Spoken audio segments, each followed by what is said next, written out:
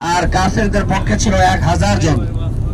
তারা তীর বর্ম এমনকি উট ঘোড়ায় তারা সুসজ্জিত ছিল, কিন্তু মুসলমানদের মাত্র 50 জন তীরন্দাজ, মাত্র 50 জন তীরন্দাজ আর কয়েকটা উট কয়েকটা ঘোড়া নিয়ে 1000 জন ইসলাম বিদ্বেষী কাফের মুশরিকদের সাথে মুসলমানরা প্রাণপণ লড়াই চালিয়ে বদর যুদ্ধে তারা বিজয় লাভ করেছিলেন। আল্লাহ তাআলা স্পেশাল রহমতের মাধ্যমে কোন আয়াতে আসছে, কোরআন শরীফে বিভিন্ন আয়াত আসছে, তার মধ্যে বলা হচ্ছে 1000 ফেরেশতা আসমান থেকে আল্লাহ তাআলা প্রেরণ করেছিলেন। আবার আরেক আয়াতে আল্লাহ তাআলা বলছেন যে 3000 ফেরেশতাকে আল্লাহ তাআলা মুসলমানদের পক্ষে কাফেরদের বিপক্ষে যুদ্ধ করার জন্য প্রেরণ করেছিলেন। আবার আরেক আয়াতে আল্লাহ বলছেন যে 3000 নয় বরং 5000 আল্লাহ তাআলা ফেরেশতাদেরকে সুসজ্জিত অবস্থায় তারা এসে চিহ্নিত অবস্থায় মুসাউবিবিন শব্দ উল্লেখ করা হয়েছে। মুসাউবিবিন শব্দ উল্লেখ করে আল্লাহ তাআলা বলছেন যে তারা চিহ্নিত এবং ট্রেনিং প্রাপ্ত ফেরেশতাদেরকে আল্লাহ তাআলা প্রেরণ করেছিলেন।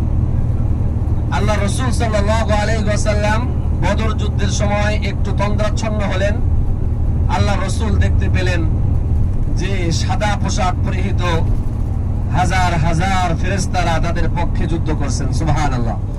ফেরেশতারা বদর যুদ্ধে যেই পাহাড়ে অবস্থান করছিলেন, যেখানে তারা এসেছিলেন, তারা অবতরণ করেছেন, সেই পাহাড়টাও আমরা দেখবো ইনশাআল্লাহ, যেটাকে জাবালুল মালাইকা বলা হয়, মানে ফেরেশতাদের পাহাড়। ফেরেশতারা সেখানে নেমেছিল বদর যুদ্ধে, সেখানেও আমরা দেখতে যাব। সেখানে মসজিদুল আরিস আছে। বদর যুদ্ধের স্মৃতিকে আমাদের জন্য সারা জীবন যাতে থাকে এই জন্য ওখানে মসজিদুল আরিস প্রতিষ্ঠিত হয়েছে। মসজিদুল আরিসে গিয়ে আমরা 2 রাকাত নামাজ পড়ব এবং বদর যুদ্ধে শুহাদা বদর, যেখানে আমাদের আল্লাহ রসুলের প্রিয় সাহাবীরা যারা শাহাদাত বরণ করেছেন বদর যুদ্ধে, তাদের জন্য সহ সব সাহাবী, সারা বিশ্বের সমস্ত মুসলিম মুসলিমাত, আমাদের পিতা মাতা, দাদা দাদি, নানা নানি, ভাই বোন, আত্মীয় স্বজন, বন্ধু বান্ধব, খেলার সাথী যারা আজ এই দুনিয়াতে নাই, এ সুন্দর জগৎ ছেড়ে গভীর অন্ধকার কবরে শায়িত আছে, আমাদেরকে আল্লাহ পবিত্র ভূমিতে এনেছেন, দোয়া করার সুযোগ দিয়েছেন। সবার জন্য আমরা দোয়া করব। আমাদের ভবিষ্যতের সুখ শান্তি সমৃদ্ধির জন্য দোয়া করব। আমাদের হায়াতে তাইয়্যিবা লাভ করার জন্য দোয়া করব। দুনিয়া ও আখিরাতের সফলতার জন্য দোয়া করব। আল্লাহ তাআলা আমাদের সবাইকে কবুল করেন।